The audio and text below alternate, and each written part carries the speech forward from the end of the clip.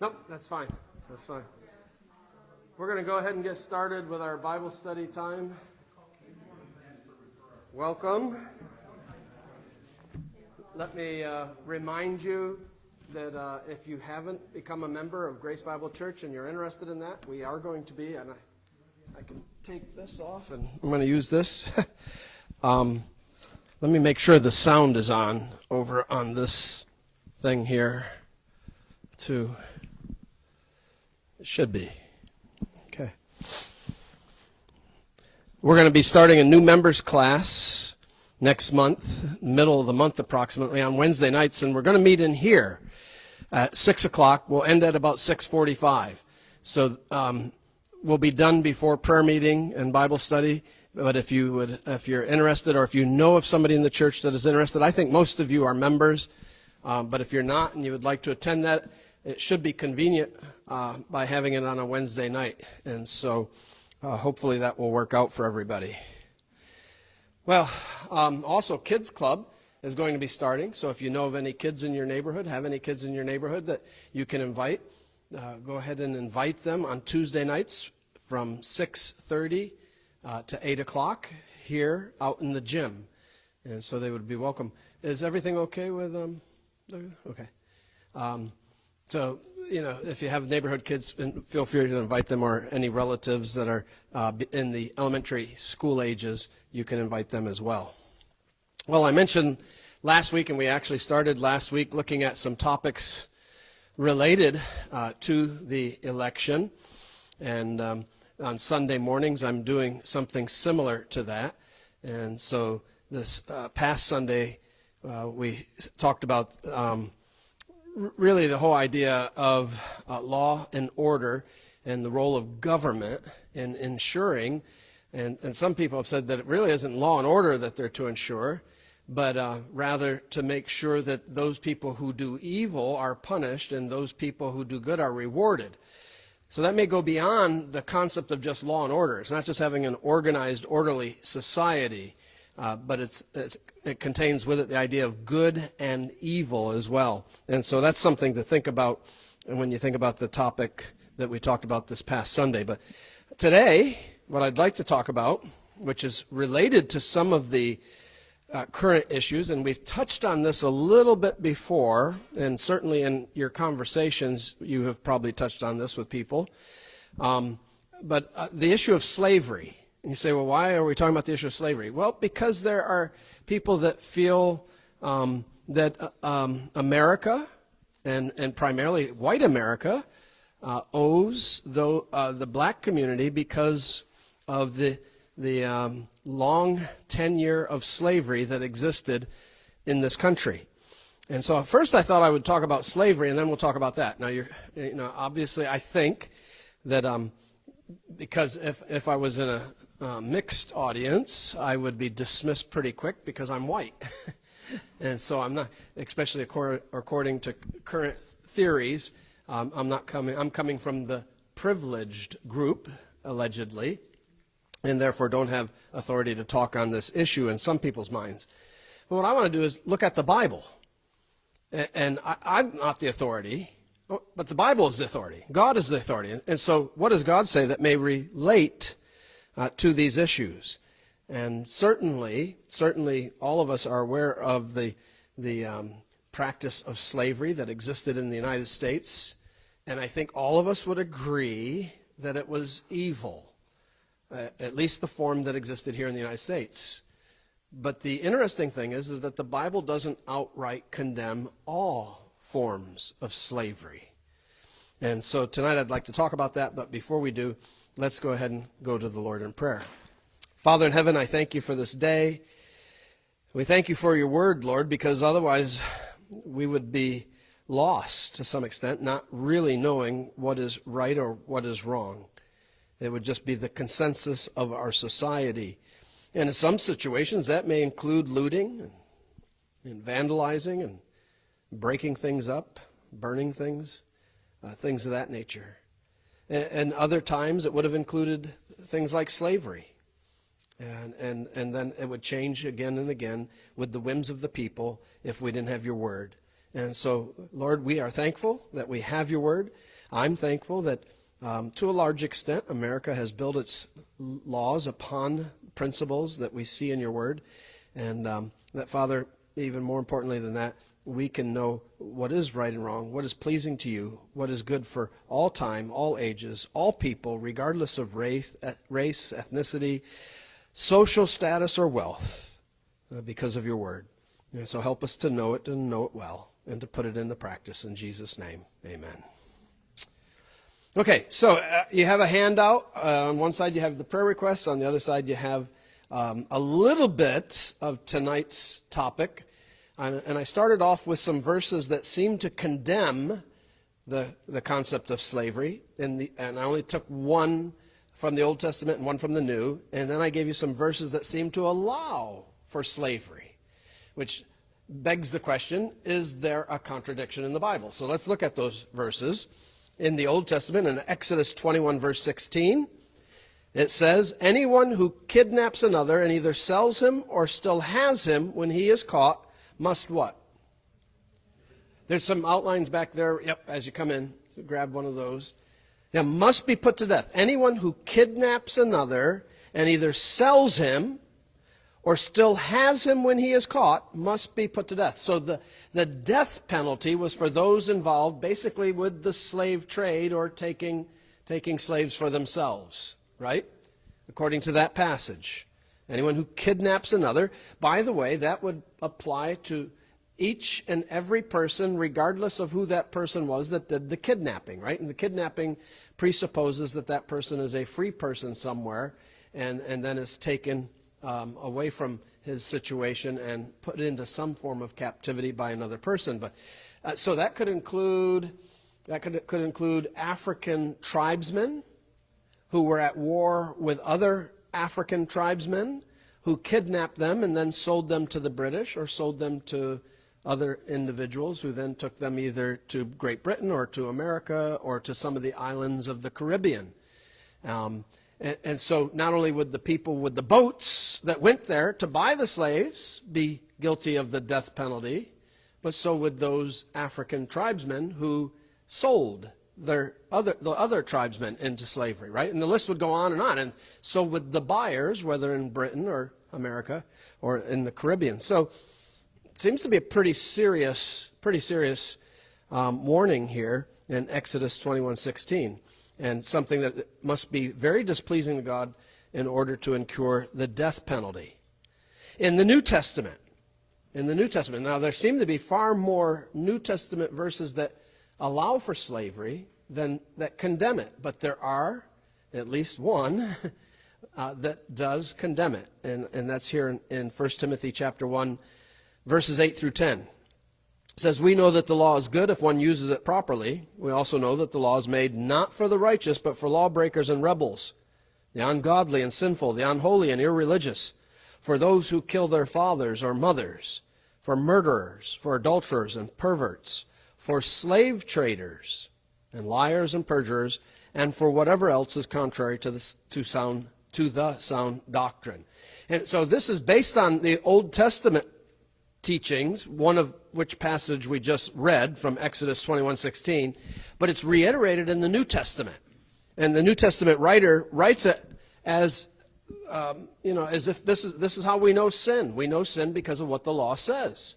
And it's still applicable. It's still sin in the New Testament time. And he treats it that way. Just like nobody would look at this passage and say, oh, those who kill their fathers or mothers are not sinners.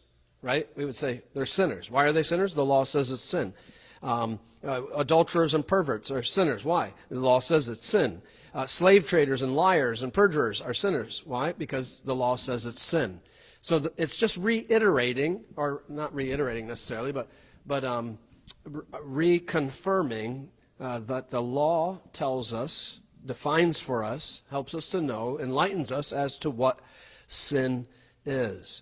And so you've got two verses, one in the Old Testament, one in the New, that seem to teach that slavery is wrong, right? And then we get to other verses, though, like Exodus chapter 21, verse 2 in the Old Testament, which says, if you buy a Hebrew servant, and in some versions it says slave, He is to serve you for 6 years, but in the 7th year he shall go free without paying anything. So here's somebody buying somebody. Now you can say, but he didn't kidnap him, he bought him. Okay, and that can be key to understanding what's being said. In fact, we'll talk about that later. But at first glance, if a person doesn't examine it carefully, it looks like it condones or allows for slavery. And then in the New Testament, over and over again, actually, there's several passages. This is just one.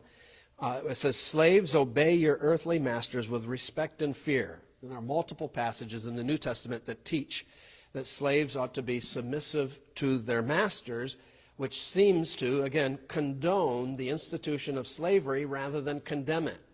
Why didn't these biblical writers say, slaves, revolt and disobey, run away, gain your freedom, even by violence or whatever else is necessary? Or why doesn't it reiterate even more clearly that in each of these passages, instead of saying obey your masters, why doesn't it say slavery's wrong, slavery's wrong, slavery's wrong? I mean, we got the passage we read in 1 Timothy 1, verses 8 through 10 that seem to go along with the Old Testament prohibition against kidnapping someone and forcing them into slavery or selling them into slavery. Why isn't the New Testament more clear on it? And so some people think that, this is just another example of the Bible being full of contradictions. And yet, for those of us who believe that it is the Word of God, we understand that there's not a contradiction here. There's an explanation to why one passage may seem, on the surface level, to condemn it, and another passage seem to condone it. And so what we need to do is to study the passages that talk about slavery carefully to come up with a biblical theology concerning the issue or institution of slavery. Some people just want to condemn it outright, but I would like to suggest to you that slavery, we tend to look at it through a modern lens of culture, right? We look at it, and we tend to look at it specifically here in America, but maybe in Great Britain and other places, through the lens of American history and culture and what happened here. Even today, I just read a figure that says there's about 25 million slaves in the world today. Did you know that? That there are about 25 million. Now, that includes forced slavery, like what we may think of that happened here in America. That includes the sex trade, which is now considered a part of slavery, which it is, where women are forced into prostitution in order to make their pimps money, rather than them working a field to make their landowners money. They're doing something there. So it is, I think, legitimately called a form of slavery. And then there's indentured slavery that's taking place as well. So the statistic that I read said there are approximately 25 million people today in some form of slavery. And so we tend to look at slavery, all slavery, everywhere, throughout all of time, through the lens of our particular situation or culture or history. And I'd like to suggest to you that probably skews our thinking concerning it. Not probably, it does to some extent. And that another suggestion, that in some cases, some forms of slavery may have been better than some alternatives to slavery. Now, what do I mean by that? Well, first of all, when we look at these passages, and there's some terms that are used today. One is called chattel slavery, which is what happened here in America, where basically a person is treated as if they are property. That's just an easy way to sum it, as if they're property. No rights whatsoever. In fact, not only is that person treated as property, but if he has a wife that is also a slave and there are children born, or if they if they have relationships with the owner and children are born, the children are property as well. And that's pretty much what happened here in America. That, I believe, is what Scripture condemns, outright condemns. Whether you look at the Exodus 21 passage or some of the other passages that we have listed here or that we'll look at later, or the New Testament passage that quotes from the Old Testament.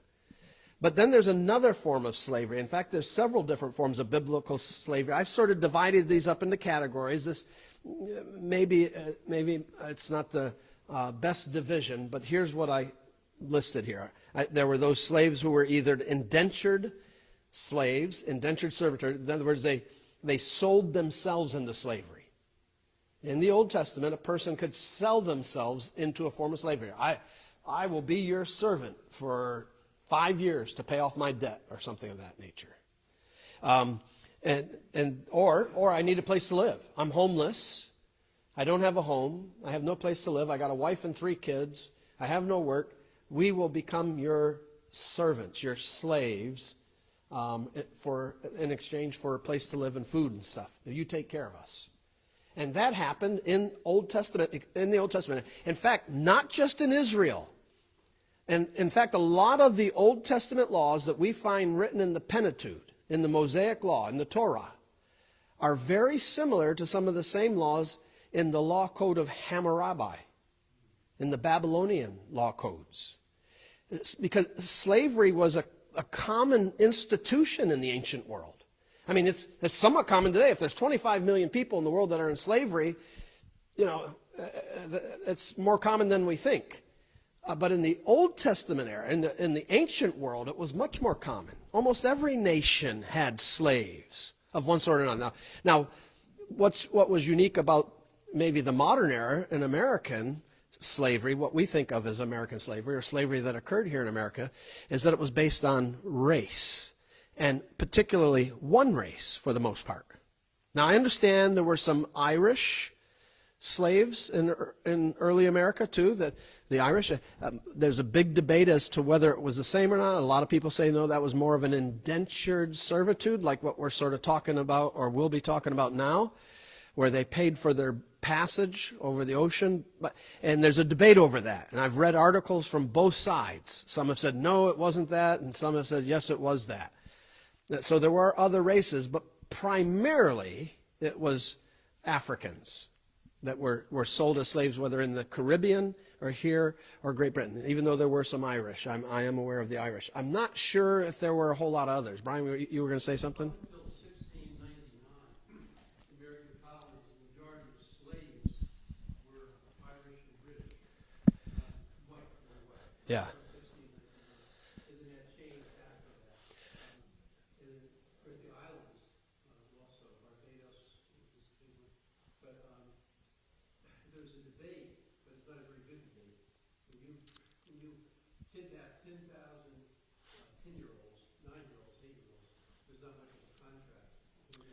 Yeah. I mean, it's, but that's unknown. It wasn't taught very much. We think of it as slavery of Africans, but that was the majority much later in American history. Yeah. And I don't think it spanned the amount of time that other form, African slavery existed for over a longer period of time. I have read some articles on it, and that's why I say some of the articles were saying that there's, and maybe it was a mixture, that there's proof that some of it was an indentured form of slavery. Some say that it started off as that, and basically like what happens today in the sex slave or other types of slave, where they were promised something. Hey, we'll take you to America, and you work for a little bit and you'll be free. And it turns out they never got their freedom, or they didn't get what they were promised. That's very common right now in the sex slave trade with Ukrainians and Russians and people. They're promised, you know what? There's these people in the Middle East. They'll pay you good money to come and be their nanny, or to be their housemaid, or to do this or to do that. And these gals sign up. And what happens is when they get there, it turns out that was not the intention of the person at all. And it's not just the Middle East. That happens in other places around the world, too. Yes? Might have been considered an indentured servant for a short period of time. She came to Manila under the same sort of situation where a lady brought her down. She worked just without pay, just room and board for helping this lady with her children, having their birth, so forth. But I've read other girls got into the wrong kind of situations. Yeah. Flow was like part of the family. So even in the Philippines, some of... Happened to Yeah. And in some cases, what I'm saying is, in some cases, an indentured kind of servitude where you may be treated poorly even as a slave, but if the agreement, if it was for a certain amount of time to pay off a certain debt, and you agreed to that, and the other party held their end of the bargain up, it might have been actually good for that person. Let's say that I did want to come to America. Let's say I lived somewhere and I wanted to come to America and I didn't have the money to come here and I wanted my family to come here, and somebody said, hey, if you go there and work for this family for 10 years, then your debt will be paid off and you'll be free and you can go do your own thing. In that kind of situation, even though I might be a slave for 10 years, it could be a good thing for me once I gain my freedom. And that's what I'm saying, is that some of the biblical forms of slavery, I think, may have been a good thing in that day and age and in that culture. And maybe even today could be in some situations. Another type of slavery that I have listed here that we see in the Bible is that of, and I put criminal slaves or debt slaves. Now, debt would be very similar to the indentured, but the indentured one, there's two ways that they become an indentured servant in the sense of paying off a debt. One is where I say to Brian, I'll come work for you for 10 years and you pay my passage and then I'll be free after that. And Brian says, okay, you got a deal, and I do it. That's almost an employer-employee relationship. The difference is that oftentimes the slaves would live with that person and do work, night and day sometimes for that person. Another kind of a debt slave would be that person who and this relates very closely to the criminal slaves, the same kind of idea almost. I rob Luke and Rachel, and I steal all his guns, and I sell them, and we know it's worth millions of dollars, right? Millions of dollars. And so I have to pay him off, but I don't have millions of dollars. Well, what happens today to me? I go to prison. And if I sold all his money and went to Vegas and blew it all on gamblings and drugs and women, and now I'm penniless, what does Luke get out of that? Nothing. He's left with nothing. I sold his guns. Somebody else has his guns, unless they can track him down and get him. And so he's left with nothing. The victim is left with nothing. In Bible days, if somebody stole something from somebody, they took a ox. That's an example that's used, right? They took an ox, or they took a tool, or they took money. Then they had to pay that back, and depending on the situation, they had to pay it back with restitution, a certain amount of extra money. And if they couldn't do that, guess what happened to them? They became Luke's slave for the next 6 or 7 years. Now, and we'll see that as we go through this study, which we won't be able to finish it all tonight. What happens if I become, so the judges of ancient Israel say to me, Simon Bardino, you are now Simon Bar Lucos, I'm Jewishizing us, whatever, Hebraizing us. So I'm now his slave for the next 6 years. And I said, okay, I'll do that, but I'm a no good guy to start with, right? I'm a thief, and I'm a no good guy with no good character. And so I get to Luke's place, and all I do is lounge around. Luke says, hey, go get on the tractor and cut the field. Yeah, cut it yourself. So how does Luke motivate me in a culture and an economy and in a day and age when there was no prison system? Ancient Israel had no prison system. What did they do, Wally? I think Wally said it. What's he? With his guns are gone. I stole them and sold them to somebody. Crack the whip is what he did. Yeah, they could actually beat their servant. Now we recoil at that quickly, don't we? But it's the same concept. Maybe in some cases it ended up being a little more severe, but there are punishments that we'll see when we look up these verses for if it was too severe. But it's the same concept with a disobedient child. What does the Bible say about a child that's rebellious? Yeah. Over and over again it talks about using the rod. Now, what was the rod? We think of something that, in the Hebrew language, the word for rod is a branch. And I'd like to suggest it wasn't a branch like Walking Tall or, it wasn't a big 2x4 branch. It was a switch, and even, my mom, now, I never had to do it, but my mom remembers her dad sending her out into the yard to go break a switch off a tree so that she could get a switching. And in the Old Testament, it says the rod is for the back of fools. And so sometimes people who didn't obey the owners could use physical force. Again, you say, well, that doesn't sound very ideal. It doesn't, but there's no prison system on the other hand either. They weren't locked up in a cell away from their wife and their children for 25, for 30, or for 40 years. And if they behaved themselves, and if they did what the owner told them to do, then ideally they were to be treated fairly, because in the Bible, all of these forms of slavery, even for criminal actions, all of them had rules and regulations about how they were to be treated in the Old Testament. For example, they got the Sabbath off, just like every Jewish person did. Slaves were to rest on the Sabbath. If they were beaten to the point where they lost an eye, that's where the principle comes in there of an eye for an eye or tooth. That's the context. Eye for an eye, tooth for a tooth is in the context of slavery. If the master beat that servant to the point where that servant's eyesight went in one eye, guess what happened to the owner? He'd lose an eye. Now, if you're a slave owner in the Bible, and you obtain the slave not because you kidnapped them, that was prohibited, but because he stole from you and sold himself into your service, or because he owed you money that he couldn't repay for some reason, and so he sold himself into your service, what's the likelihood of you causing him to lose an eye, of beating him severely enough to lose an eye, or even a tooth?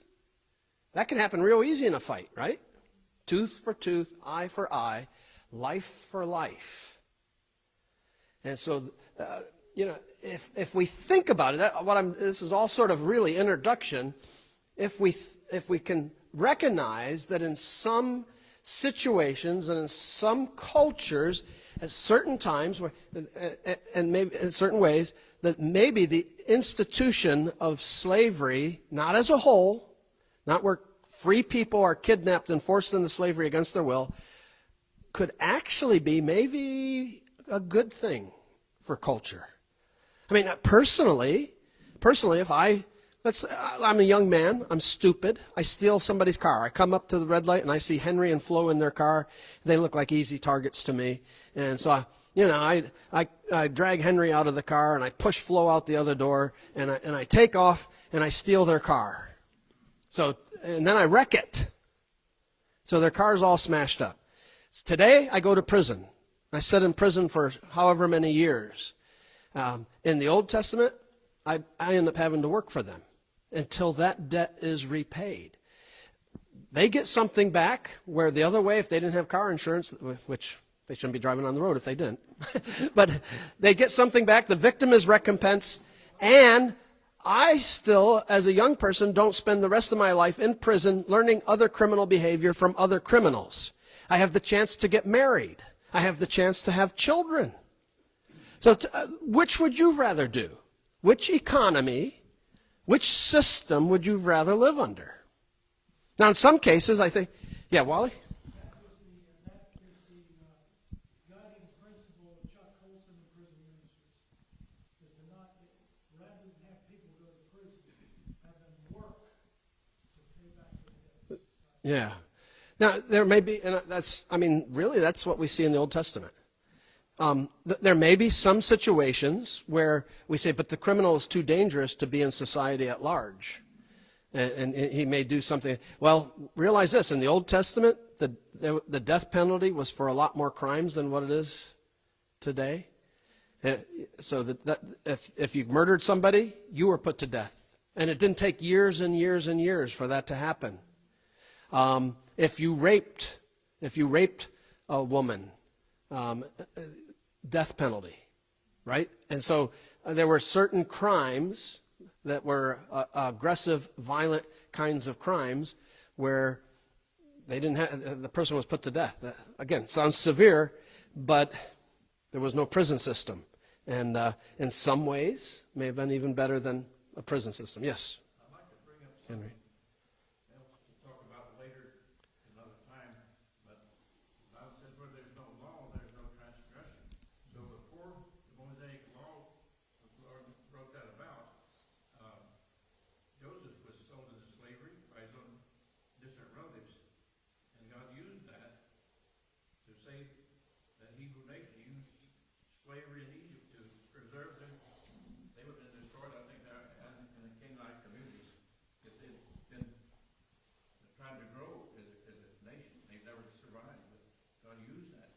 Yeah. Well, God can use evil to accomplish good things as well. Yeah. Yeah. At that time, there was no law against it. So those are some things that I want you to think about as we begin this study. And we only have time really to cover a couple of quick points in relationship to this. So let's look at some various verses here. First of all, we've already seen the prohibitions here. Exodus 21:16. Anyone who kidnaps another and either sells him or still has him when he is caught must be put to death. So we recognize that form of slavery is wrong. Taking free people, and it's not because of criminal penalty, it's not because of financial debt, it's not because that person has sold themselves for passage or for some other reason. It's a free person, kidnapped, forced into slavery. That incurs the death penalty. And unfortunately, that is much of what American slavery consisted of. People forced into slavery.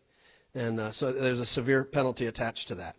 But what are then for other forms, these other forms of slavery that we talked about that I listed here, those who sold themselves into indentured servitude. Now we didn't talk about, there's one I didn't mention, captives of war. Now there's a baffling one there. It did allow for Hebrew men to take the surviving females of a city that they would conquer and make them their wives. And apparently the woman didn't have a choice. Now that's a baffling one to me. And again, the man could let her go free. She was allowed a month of mourning. We'll see that as we go through the study. And the man could let her go free afterwards. He had to treat her well, but he could say, "You're going to be my wife," and she didn't have a choice in the matter. And I sometimes wish there was stronger prohibitions. But let me also say this: remember, in this day too, a father could sell his daughter to somebody. The woman didn't have a choice, and there are places today where that still happens. We live in a day and age where love is the reason for marriage. But there was a time when it wasn't simply because of love necessarily, where the dad could say, "Henry, how much money you got? You want flow? Cost you a couple camels," right? And we see that in the Bible. So, it's so against what we see as being right. It rubs us the wrong way. But even this one, a victim of war, her husband's been killed. She's taken by the people that killed her husband, possibly, and she has to marry them. Well, some people have brought that up. Yes, some people have brought that up, rightly so, because during the conquest period, which was a unique period where God told the Israelites to go in and to destroy the Canaanites, it's during that period of time when these things happen. First of all, the ladies were lucky if they were still alive. They were lucky if they were still alive. Now you say, lucky? Yeah, because they were at war. But secondly, they didn't have Social Security. They didn't have Medicare. They didn't have, or Medicaid. They didn't have food stamps. How did she survive without a husband? Especially if she had kids already. So some people said, well, it was sort of a benevolent thing that God did in allowing this person and regulating it, because God does regulate it. She has to be treated like a wife. And so some people said that in some ways that's sort of benevolent. Now, I don't know. I guess it depends on the woman and the man, who it is. You know what I'm saying? I mean, she may say, wow, you're better than my first husband. So, I don't know. Yes.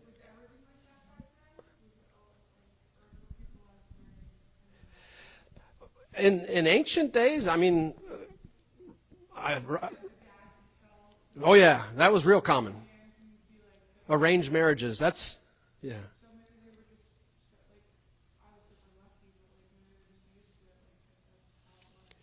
Well, women weren't viewed the same way that they are today. Women were pretty much viewed as property in that day and age. You know, and you know, that's Christianity. I always say, some people criticize Christianity. Christianity, I believe, has done more to elevate the status of woman than any other religion that I can think of. And the treatment of those women, because the Bible says, husbands, what? Love your wives as Christ loved the church. That's a pretty high standard, because no one has greater love than Jesus had for us. And so we're to love our wives as Christ loved the church. So I can't think of any other religion that puts that kind of stipulation on the husband in the marriage relationship. But in ancient days, women were viewed as property, even among the Hebrews to some extent, to a certain extent. And I say as property, they had to take care of them, but they were bought and sold, sort of bought and sold, because you could buy a wife if you had the right money. And now the father had the right of refusal. So it wasn't like if I came with $1,000 and said, I want that woman. The dad could say, no. I don't care how much money you got. No. And so, maybe in part it depends on the pleading of the daughter. Daddy, no, please, no. And the financial situation of the parents. Actually, Barb and I, and Rachel would probably know about this, when I was at Moody, I went to one of my graduate classes. Barb was up there with me, and we met a young Filipino girl who escaped being sold by her parents into prostitution on a daily basis because of Compassion International, because she was a sponsored child. Her mom and dad got money from some Americans that then enabled them to buy food for their daughter. A lot of her friends, Barb, you remember the gal that we went to lunch with her and a Chinese gal that was up at Moody at the time in Chinatown, had a good afternoon. She was telling us her testimony. She actually works, she's a spokesperson, or I don't know if she still is, but she became a spokesperson for Compassion International. But she said a lot of her friends, the parents would sell the little girls to men in their village for sex so that they could buy food for that little girl. And it was either the girl starves to death because they had no work and no food, or they did this. And I think I could never do that with my daughter. I think that. On the other hand, I've never been in that situation where she may starve to death, or the whole family may starve to death if you don't. So I can't pass judgment other than I'd like to think I would never do that. And that there's got to be a different way. Trust God, and there's got to be a different way. But does that, Rachel, do you still hear of that in the Philippines? Around Manila? Oh, sorry.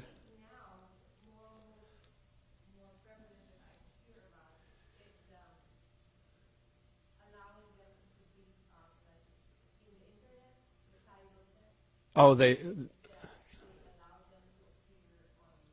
like pornography type of stuff? Doing pornography as a means of making money? Yeah.